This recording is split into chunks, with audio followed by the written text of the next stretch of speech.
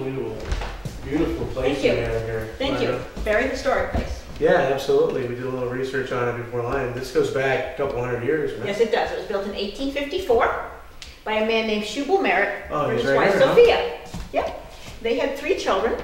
Their oldest son was Louis. I don't have a picture of him, but this is the 2 daughters, Phoebe and Cordelia. But they lived here. They built this house. This was the 3rd house they had built on this property. They lived here for a number of years. Sophia died in the house in March of 1864 of tuberculosis. Oh. Louis had come home from Cleveland, where he had been living. He'd been an attorney, helping with the abolitionist movement. He died in the house May 22nd, 1865, also of tuberculosis. Pretty common for the time. That's right. G.W.N.Y.P did live to be 81 years old. 80 years old. He died in 1881. That's uncommon for that time. That's right. The 2 girls, meanwhile, had gotten married, and they had moved far away from here. They didn't want to stay in the house for various reasons. Well, both their parents died in the house. That's right. Yeah. Which, That's right. at the time, they were both probably laid awake here as well. Right. Yeah. So Phoebe did end up inheriting the house with her husband Lucius until they sold the house in 1895 to Dr. Charles Ring. Now, Dr. Ring, really? These are Dr. Ring and his peaches. He was known as a peach farmer.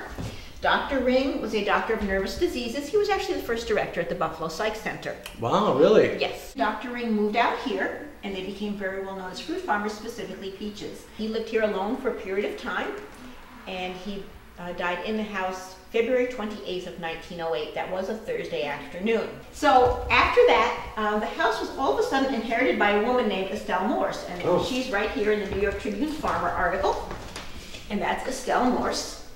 Estelle was described in this article as a shrewd businesswoman. She ran the peach farm after she ran the peach farm. Dr. Charles Ring died. Yep. She took it over. Actually, she used it as a summer retreat. Her sister happened to be Hannah's stepmother. She died in the house in 1908 as well. Estelle then married the caretaker, a man by the name of John Whitwell. John Whitwell had been managing the farm for quite a while, and he had 4 children who lived locally who didn't appreciate Estelle all that much. So they lived here from their marriage in November of 1909 until 1922. They tried selling it, it didn't go well, they had caretakers, all kinds of things, until it was finally purchased by the Sisters of St. Joseph in 1933. Wow. The sisters wanted it for a summer retreat and for a camp for girls. They also used it as a training school from St. Mary's School for the Deaf for the boys there, because children in the 1930s, 1940s would be placed in the boarding school and rarely went home. So the nuns would stay here? They would stay here for the summer. How many would stay here at a time? Well, if you were a nun who had professed your vows, they would have 100 to 150 nuns staying here. Wow. Their dog Duke died in the house Thursday afternoon at 3, which is said to be our mysterious time here. He is said to have died right in front of the doorway. That's some of the legend. There's a legend with the building saying that all of these deaths have occurred Thursday with the exception of Hannah. With the exception of Hannah, who died Sunday afternoon at 3. So even the nun's dog is said to have died this Thursday afternoon at 3, yes. So we say we have a few canine as well as the human spirits who hang around and visit. Have you ever had any experiences? All the time. All the time. Well, if you look at this picture right there, you see that the glass is broken. I had an employee behind the bar telling the story. It happened on Estelle's birthday. And I have a sweet red wine for her, and she made the comment that it's a sweet red wine for maybe a lady who wasn't so sweet. And the picture actually jumped off the wall. Really? Yes. And that's how it cracked. I was down back doing a wedding, because I can actually perform wedding ceremonies, and I came to the vows, and I turned to the bride and I said, "Do you?" And you heard zip, zip, zip, zip, zip. Every single digital camera turned off. I said, "I now pronounce you husband and wife," and in reverse order, every single camera came back on. Wow, that's incredible. I've had people tell me that Dr. Ring has looked at them from the mirror in the front hall. I've had somebody tell me that Estelle likes to greet people at the front door. There is a legend. Yes. It really has no history and fact or historical evidence, but can you touch on what people say about Marjim Manor's darker history? Sure. The legend is that one Thursday, G.W.N.Y.P and Louis had gone hunting, and G.W.N.Y.P was in the room behind me cleaning his gun. Louis went upstairs to open his mail, found out his tuition at the University of Rochester had been raised to $12 a semester. Being horrified by that news, he came flying down these stairs, went through the French doors at the end of the room, and G.W.N.Y.P turned and accidentally shot and killed his son. He then locked the doors, but they would burst open every Thursday afternoon at 3, until G.W.N.Y.P died in the house Thursday afternoon at 3. The story goes that Phoebe, Sophia, and Lucius then moved into the house, which I find no record of, but that's the story, until Phoebe, Sophia died in the house Thursday afternoon at 3, and Lucius took their daughter Elizabeth and moved out. Supposedly a caretaker died in the house on a Sunday evening in May, May 26, 1867, but they didn't find his body until Thursday afternoon at 3 o'clock. And then the next part of the story is the rings, which I have been able to verify. So it's really just the first part, the Merrit family saga, that has become a legend and a ghost story. And basically, none of what you just said was actually true. No. I mean, we did say that Lewis wasn't actually killed by the father. He died of tuberculosis. That's right. And he was an adult. And the story is that he was the youngest of the 3 children. He actually was the oldest. Yeah, so right there your source is suspect. So the first story was in the New York World of 1908. The New York World was the parade magazine of the day, and it was an interview with Estelle Morse. Oh, so she's the one that started this rumor. Now she's the one that inherited the property from Dr. Charles. Could this... Now they weren't married, right? No. So she wasn't supposed to get the property. Right. Depending on which obituary you read, she was his fiance, his assistant, or his cousin. But it's the later ones that Charles, Hannah, and Estelle who really come out the most. Okay, great. That's good to know. So now, can you take us to some of the places within the building that people have experienced? Well, other than right here where you're standing right now, actually the other end of the hallway. Okay. And see, we had a Victorian tea. And we served the whole Victorian tea in this room. And one of the waitresses came through with a platter, and as she came through, there was a young man in Victorian dress standing right there at the door. Wow. He was standing right there. This is where Jason and Graham from Ghost Hunters got an EVP without even having to use the equipment. Yeah, voice phenomenal, just a VP. Just VP, yeah. So they. What did it say? Who's in my house? Oh, yeah, that'd be Who's in my pretty house? relevant, right? Yes. Did you guys say something? No. No. It sounded like someone who was sitting right here just said something to me. So this is one of the more prominent spots. Some people experience people walking up and down the porch. That doesn't happen quite so much. In the chapel, sometimes in the back room, or in the back corner, people have been said to be sitting there. But the other spot is the front hallway, and let me take you over there. So this is another spot where people say Estelle likes to greet people at the door. This is also upstairs. They say the man upstairs does not like the front porch because it wasn't on the house when he lived here. And from the descriptions I've gotten, that sounds like Shula.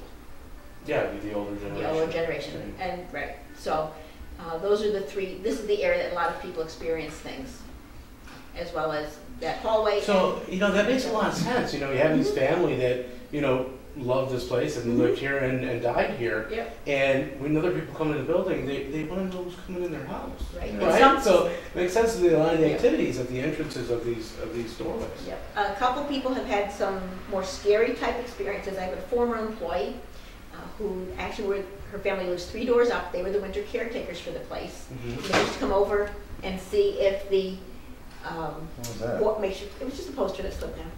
If the water was make sure nothing froze, nothing was going on, and the young ladies were walking through the downstairs and they heard an alarm clock ringing upstairs. So they went up to what was the nun's sleeping quarter and they found the alarm clock ringing. The only challenge was it wasn't plugged in. Well, that's the second experience that you explained that it has the ability to control electronics. You said something about the wedding when all the cameras were on. Yes. Okay. Yes. So that was outside. This is a common experience with the electronic equipment. Oh yeah. In fact, I hope you brought extra batteries because they do like to run them down. Oh yeah. That very frequently happens. We're quite prepared. Yeah. That's a common problem for us. A lot of people like to take pictures in front of that main fireplace there, and they'll take 3 pictures in a row, and in the middle there'll be something in a white something in the front, and then the battery will die right after the 3rd picture. Yeah. We have that a lot.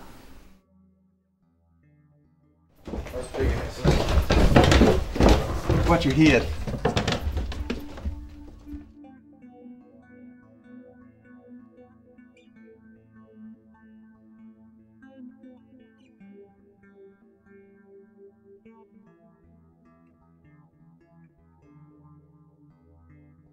So this is the area where a lot of people have had experiences.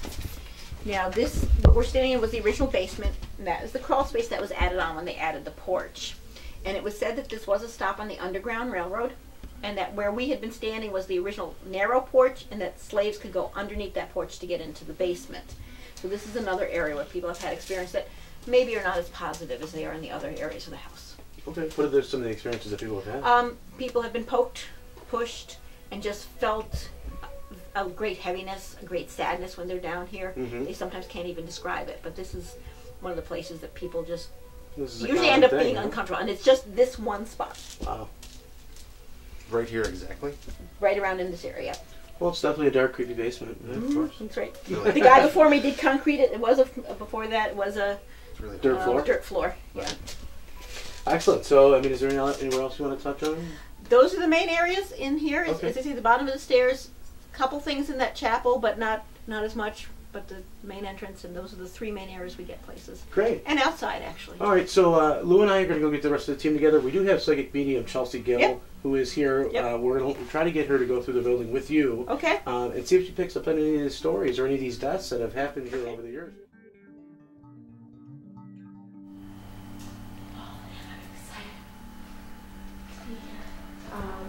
I do have a woman that roams here that this was her home. I say maybe early 1900s. Hannah. Very sweet woman. But if she doesn't like you, you'll know it. She'll make herself known.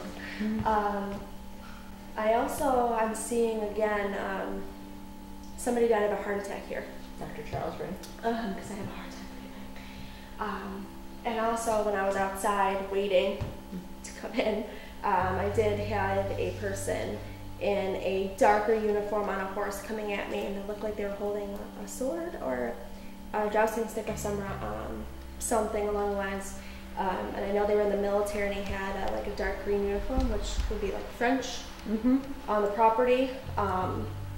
Outside is very active, so I'm really happy to be inside, giving me a break. There's a lot of shifting. Like people, it's like calling, saying, Chelsea, I know you're here. Come here, come here, come here. Can we go this way? Sure. Okay.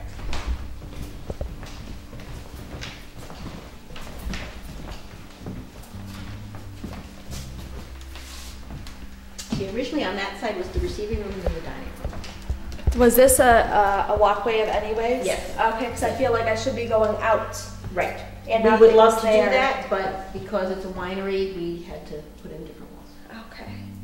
Yeah, because there's a lot of activity due to that being shut off. Yes. So that was an entranceway for people coming from behind to come inside the house. Yes, there was a back entrance at one point. It's not there anymore. Man, that's okay. Aha. This was all added then. Yes, it was. When the Sisters of St. Joseph had the place, this was the living room to the house originally. Okay. They added the altar so the priest could come and do mass. Okay. This was added, right? Yes, it was. The Sisters added this. Well, it's a nice addition.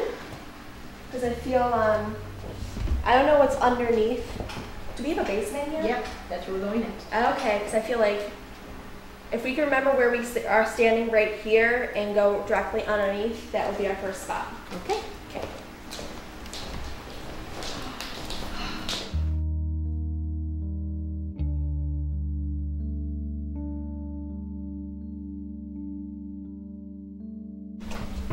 Be careful of your head.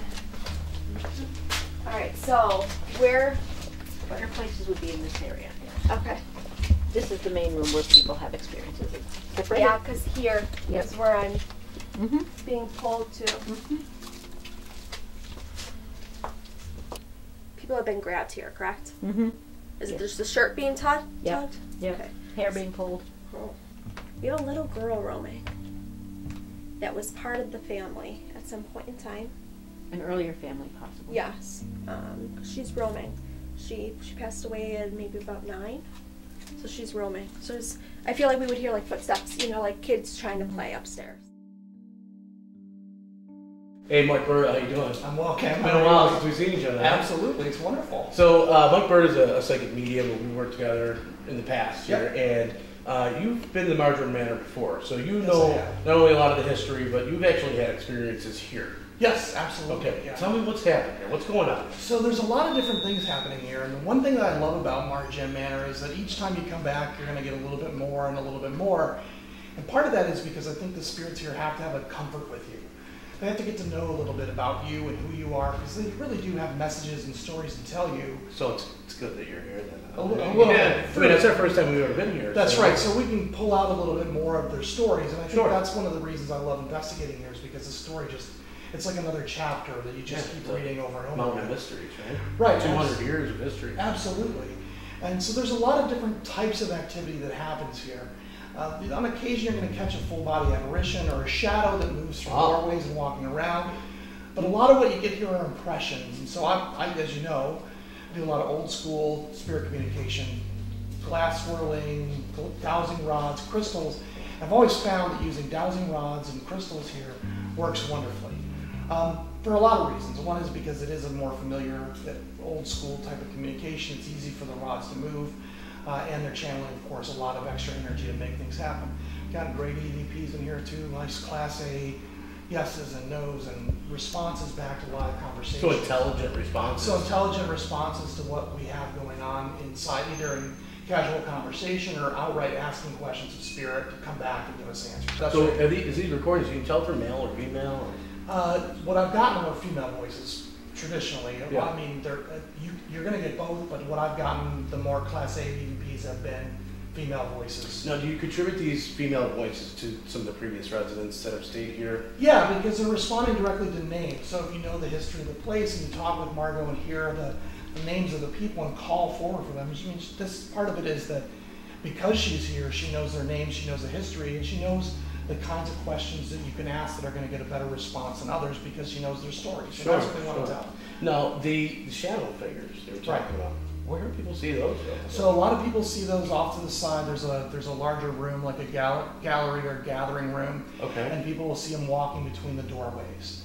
Okay, is this the chapel? The chapel area, yeah. Yeah, because when the nuns here, they turn that room into an actual chapel, yeah. It's got the raised altar. For praying, yeah. Yeah, so yeah, that's where you'll see a lot of things walking in between the doors.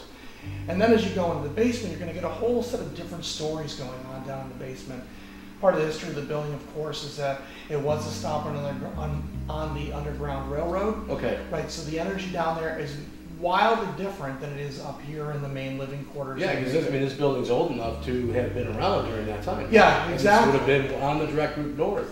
This is north of Buffalo. Yeah, absolutely. So we're, probably 45 minutes to an hour north of Buffalo, which in terms of the history of this building is kind of crazy that people would live here and then work inside the city of Buffalo. That's kind of like, but we consider it, maybe back then it was just a nice getaway. Just a normal commute. That's right.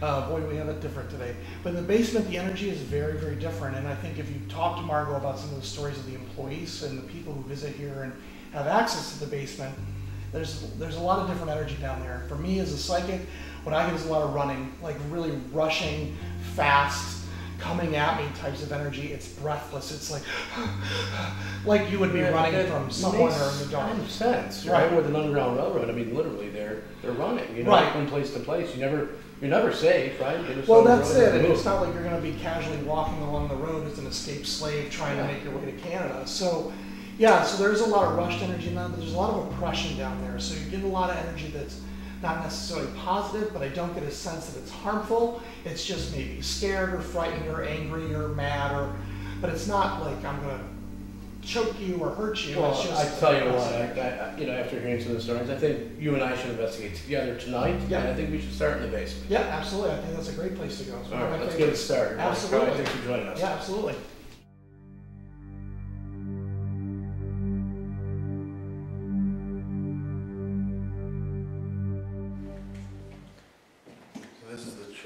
The chapel. The chapel. This was built by the nuns, Sisters of St. Joseph, when we took over this building.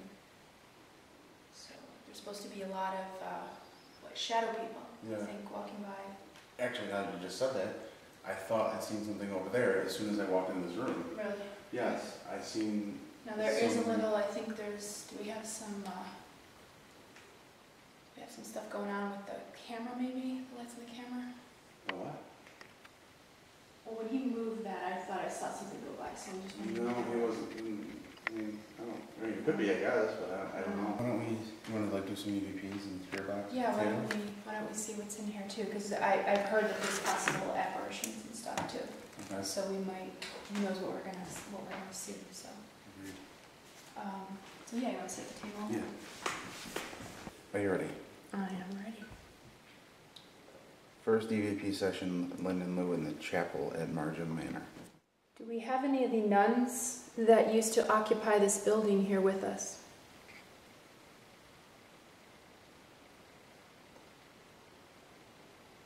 Was that a nun I seen in the corner over there?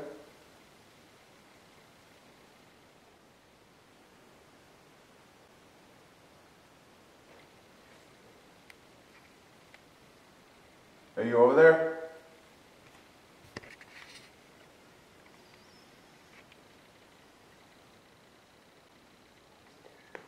You know, look at the footstep or something, right? You know, look at the footstep or something, right? You know, look at the footstep or something, right? Why don't you come closer? Come in here into the room, into the chapel.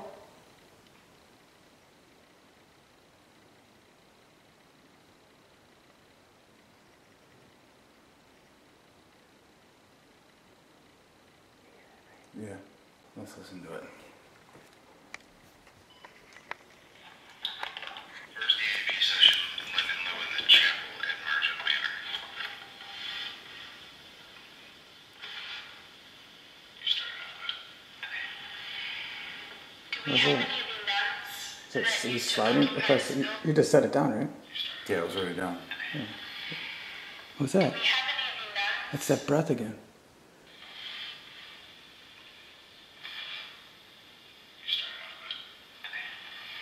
Oh yeah, holy Yeah, shit, dude. It's loud as hell. Dude, we're 14 seconds in. That's really loud. Sounds like an noise. Is it a breath or is it someone sliding something? Yeah, I'll do it again for the camera. Like a. Oh God, here we go. You started off with. Yeah, like annoyed maybe? It sounds like someone sliding something across the table. Like he sat down next to us.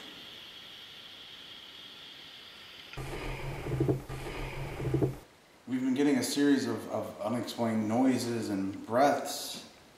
Yeah, kind of like they're hanging back Yeah. and just listening to what we're Shuffling. saying, but not really. Clear voice. Yeah, not interacting with us directly.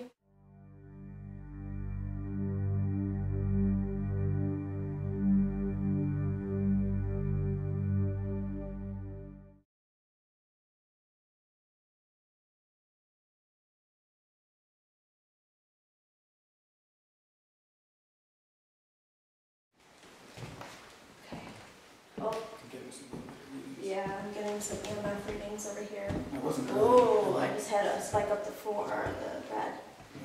There you are. Okay, are you here? Doctor, are you here?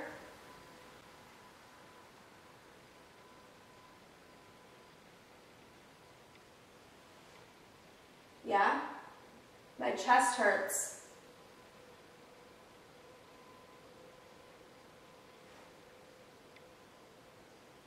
Sounds like someone's rocking something. Is that you rocking? We know you're here. Please make yourself known to us.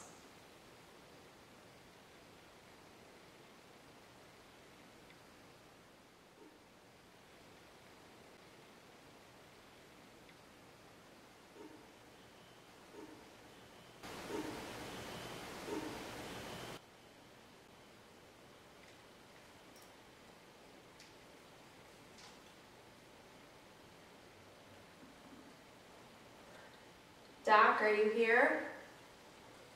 My chest still hurts.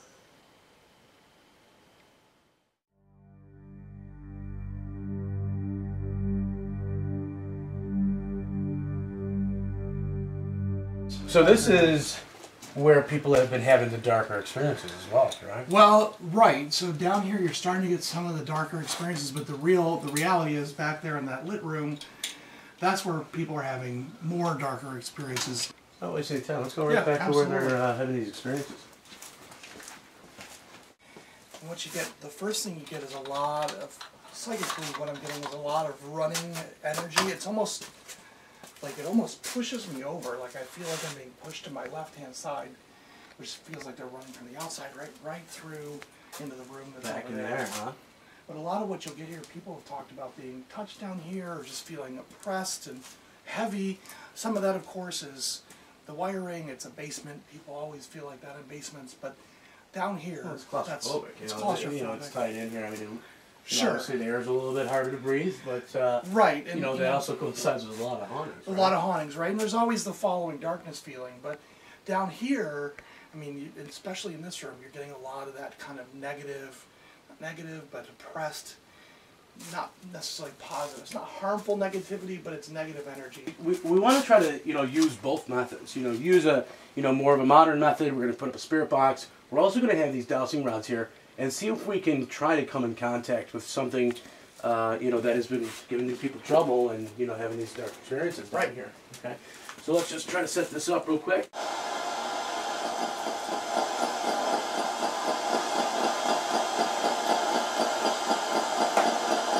You and I know there's very little radio signal up here.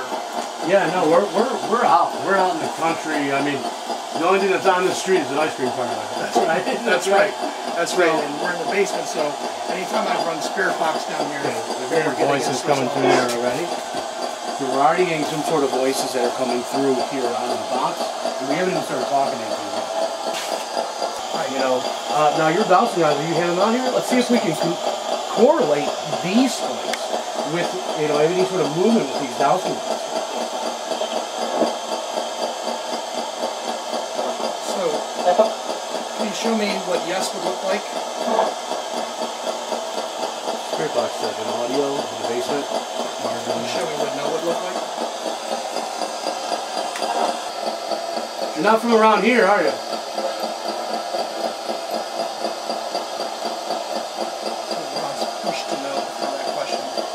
First to know for that question? Shubel, right? Shubel is one of the previous owners. Yeah, but he would have been the one that was here during the time of the railroad. Right? I think so, yeah. The mid-1800s. Yeah, that would be right. Yeah. So Shubel was the first family that was here. Okay, great. So do you know Mr. Shubel? Shubel turned and accidentally shot and killed his son. Did he let you stay here?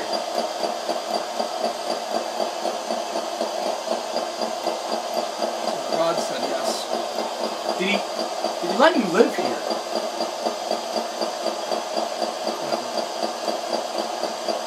Why are you still here? Are you waiting for somebody to meet you here?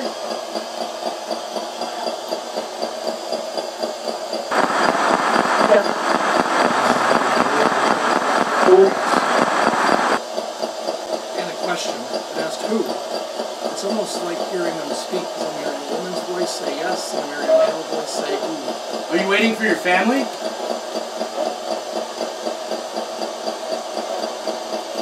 How long have you been waiting?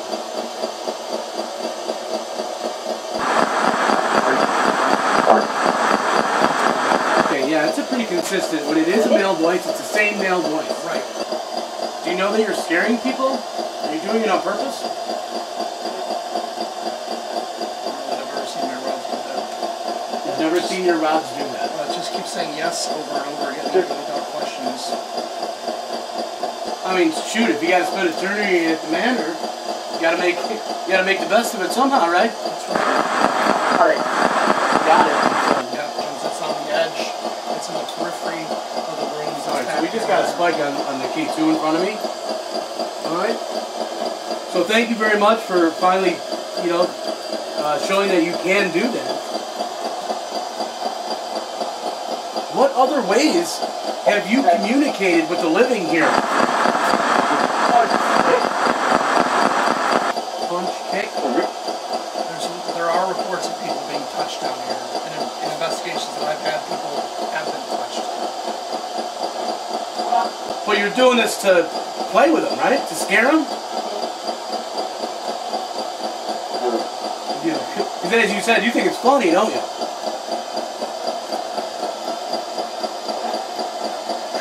Could you scare me?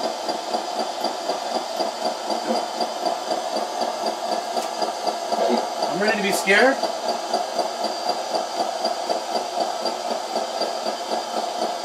I guess it's not that fun when I volunteer, huh? That's right. Well, it's only fun when you're not. Right? I know, I'm not looking at the shadows like... Now you did say it kind of goes off in the corners, right? Right, the energy always feels like it's hiding, like it's on the edges, and so you can bring it in forward, and it does come in. Can you come in and sit right between these lights?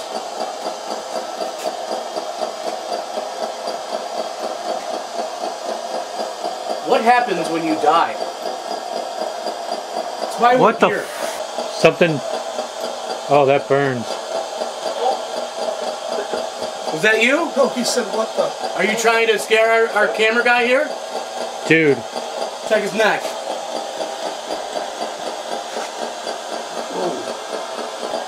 So, when I asked you to show us what you do and how you scare people, that's how you do it, huh? Well, why can't you do that to me? Alright, so now what? Okay? You've done your best. Is that your best? Because we're still here.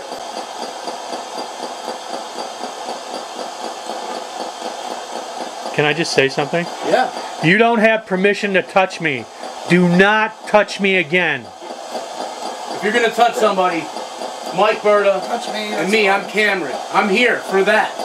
We won't. Look at, wow. Did you see that right at my feet?